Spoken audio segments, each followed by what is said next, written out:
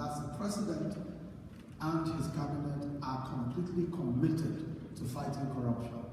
Once they see that the leadership is clear and they're given the independence which by law they have, and they're allowed to be independent, they will be able to chase after corruption in every possible way. Of course, the leadership of those institutions will be important in ensuring that that we're able to fight corruption. So the agencies are there. The political will is what has always been missing, and that political will they will find in the APC government. The other thing, of course, is ensuring that our legal system responds positively to the changes that we intend to implement. Now that, in the area of corruption, that will be absolutely important because several corruption trials go on forever. So we need the collaboration of the justice system, the legislature, and of course the executive. Once the executive provides the leadership, what tends to happen is that the legislature and the judiciary will come along. But we may need to sit down, especially with the heads of those institutions, to take a look at what the situation is at the moment. Why is it that trials take such a long time? Why is it that it's possible to just, almost by default, ensure that nothing happens?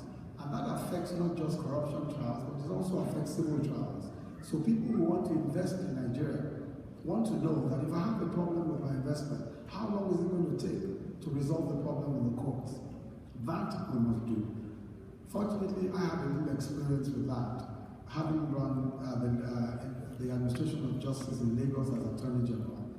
I had a team of extremely good people and also the collaboration of the judiciary and the legislature. But we had to work at that collaboration. And we reformed the laws, we reformed the procedural laws. We ensured that the procedural laws that had been there for decades were reformed so that trials could be quicker. And we're able to report much, much quicker trials. But the reason why that isn't enough, and why we need the national, is that as you know, we have a state structure, we have a state structure as well as a federal structure. So we have a federation. The magistrate court and the high court are controlled by the states, the state legislature. But the federal controls the appellate courts, all the appellate courts. So we need a reform that takes into account everyone, in order to be able to have efficient and quick trials. So you can't just reform at the state level alone. You have to reform at the federal level. And that's the opportunity that was presented to us by the grace of God. If the APC wins the election, we'll be able to do a complete reform of our judiciary, of our administration of justice system. And that's absolutely important, not just for corruption trials or for criminal trials, but also for civil trials and for protecting investments, ensuring that, that business disputes are resolved. Excuse me. So that we absolutely need to do. Now, aside from resolving issues around corruption, one of our key issues is the provision of jobs. As I said earlier, 80% of Nigerian graduates have no work at all, are not engaged at all. Now, there are two reasons for that. It's not just the fact that our system, the economy itself is broken, but also because in many cases, even good graduates are not as employable as they ought to be because of the system of education, which does not necessarily prepare people with the relevant skills for the 21st century workplace. So there are issues around that as well. But in just resolving the job situation, we have several approaches. The first is an emergency approach, and that's the first thing that we'll do.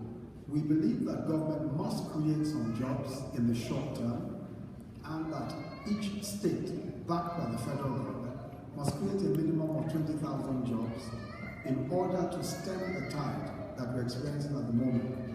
If you have the kind of unemployment that we have, there must be an immediate injection of jobs by direct creation of jobs. And that's one of the things that the APC commits to.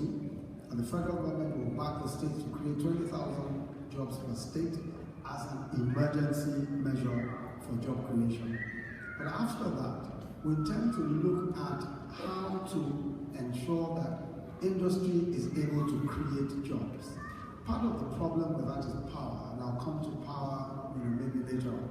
But we intend to be able to ensure that young people out of school are trained and are trained especially in relevant skills to the current needs of the workplace.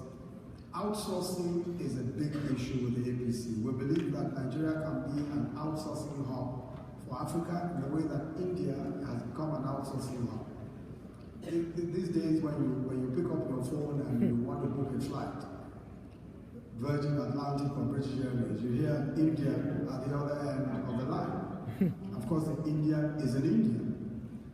And they have somehow worked it such that their people are able to provide those services for several people in the service industry, several airlines, even troubleshooting for computers, for your computer and all of those things. And we believe that these are low-hanging fruits that we can take advantage of. So training Nigerians in technology jobs is an absolute essential for expanding the job space. And one of the ways of doing that is by the technology parks that we've been talking about and which we intend to implement.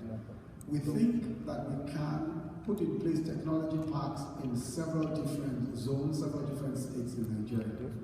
And these are places where government will provide infrastructure, provide power and internet for persons who are interested in educating themselves or in training in technology and also in technology startups. We have a few templates which we're using and which we think will be effective. But the long and short of it is that these technology parks will be places where young people can be trained. Many, of course, are already developing applications. Many are doing all sorts of things with technology. But we think that government must provide an opportunity for them to do so in an environment which is partly subsidized by the government in collaboration with the private sector. We know, for instance, that there will be a lot of growth in the power industry, especially after we privatize transmission. So we've been looking at the establishment of power academies. There's one already in Lagos, and what that power academy does, first is a collaboration with Siemens. Siemens is a major power company. And what they've been doing is, because we know that there's going to be growth in the power sector, training power technicians, training power engineers, and training even those who are going to be meter readers, and people who will be putting together the different components of equipment in the power sector, and also down that whole power value chain. Now, the advantage of the Power Academy is that the certification is an international certification. The Siemens certification is an international certification. And the standards are high. They make sure that you have to pass exams, threshold qualifications to be a part of those, to be a part of the academy, to be able to train in the academy. But it's open to every Nigerian, it's open to everyone. And we already have one in Lagos, which is doing very well. We intend to replicate that in different areas. We intend to do the same for the oil and gas industry, to expand all the academies where young Nigerians can be trained, especially at the middle technical level, so that they can actually contribute to that industry and they can actually participate in the jobs in that industry. If you look at it, our oil and gas sector doesn't really contribute to the Nigerian job industry as much as it ought to. As a matter of fact, the contribution to GDP is relatively small, aside from the large aside from the earnings. But in terms of providing jobs, it's very small, and a lot of foreigners are engaged in low to middle level manpower in the oil and gas industry. And it's because we are not training enough. And so the government intends to invest in training of Nigerians in the oil and gas industry, especially low to middle level manpower. That's, trying to create the space for more work.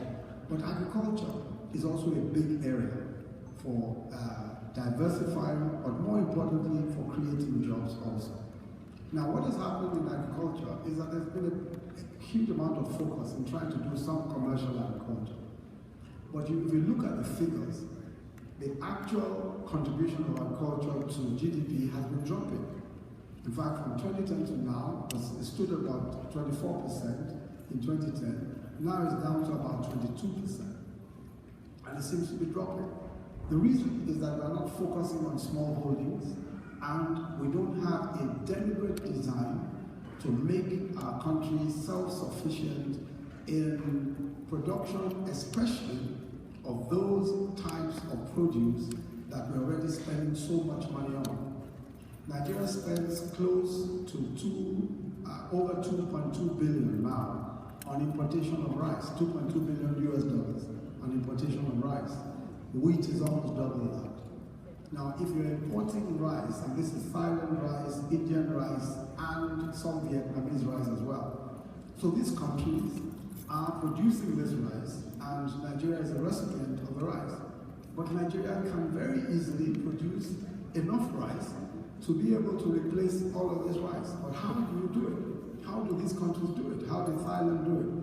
That's why the APC has proposed what it is that Thailand, for instance, is doing, which is a supply-side type of intervention in rice production. So what the APC will do is to guarantee the rice farmer a minimum price for his rice. Now, if we do that, we're able to ensure that credit coming to the rice farmer is constant, because the person giving credit, the credit, any of the credit agencies that's giving credit knows that the rice farmer will be able to pay. Then storage and milling. Of course, now in Nigeria, there are quite a few milling companies already. Storage is also developing, but there's no guarantee that they're going to do well in business. Many of them are failing as businesses. But where there's a guaranteed price for the rice that government provides, it will also ensure that that whole value chain is provided for. So storage and milling will also be able to boom, and we will be able to become self-sufficient in rice production much, much faster than that has been projected in the past.